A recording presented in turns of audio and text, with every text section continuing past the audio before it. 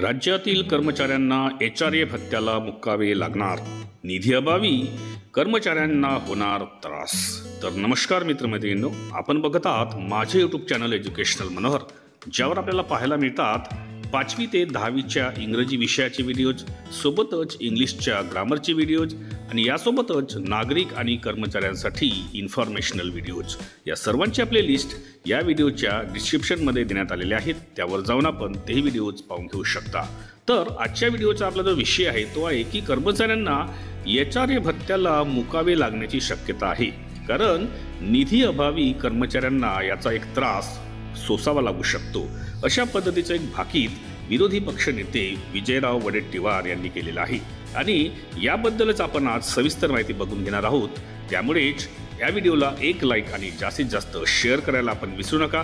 आणि हे channel educational Manohar यावर आपण नवीन असाल तर हे चॅनल आपण खाली असलेलं लाल रंगाचं सबस्क्राईब बटन दाबून सबस्क्राईब करायलाही विसरू नका। चला तर मग आजच्या या टॉपिकबद्दलची सविस्तर माहिती आपण आता जाणून घेऊया। तर राज्यातील शासकीय कर्मचाऱ्यांना निधी अभावी घरभाडे भत्त्याला मुकावे लागणार असल्याची शक्यता विरोधी पक्षनेते विजय वडेट्टीवार यांनी काल दिनांक 10 सप्टेंबर 2024 रोजी बोलताना व्यक्त केली आहे। यावेळी त्यांनी नमूद केले की राज्य शासनाने सुरू केलेली माझी लाडकी बहीण योजनेमुळे अन्य शासकीय योजनांचा पूर्णपणे खेळखोडंबा झालेला आहे।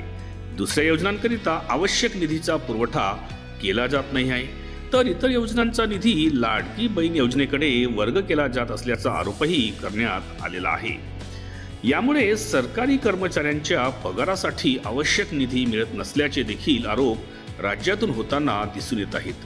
विरोधी पक्षनेते यांनी सांगितल्यानुसार सरकारी कर्मचाऱ्यांचा पगार देण्यासाठी सरकारकडे आवश्यक पैसा नाही, तर सदरचा निधी देखील लाडकी बहीण योजनेसाठी वापरला जात असून राज्यातील अनेक कर्मचाऱ्यांना घरभाडे भत्ता कापून पगार दिला जाण्याची शक्यता वर्तविण्यात आलेली आहे।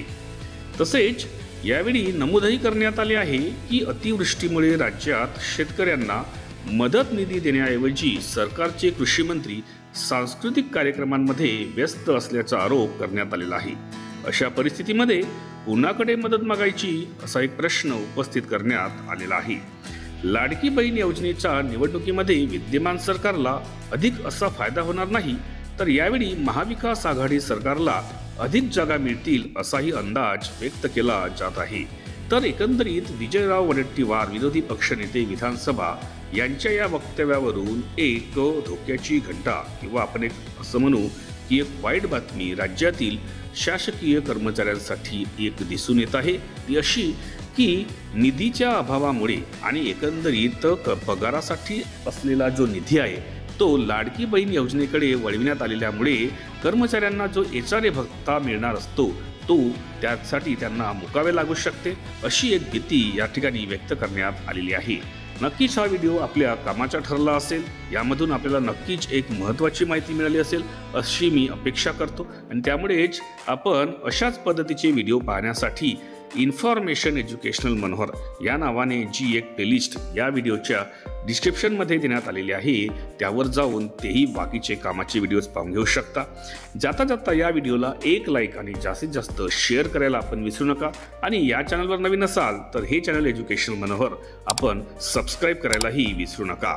तर अशाच एका महत्त्वपूर्ण व्हिडिओमध्ये पुन्हा एकदा मी आपल्या समोर येणार आहे। तोपर्यंत माझ्या सर्व कर्मचारी बंधू भगिनींना माझा नमस्कार।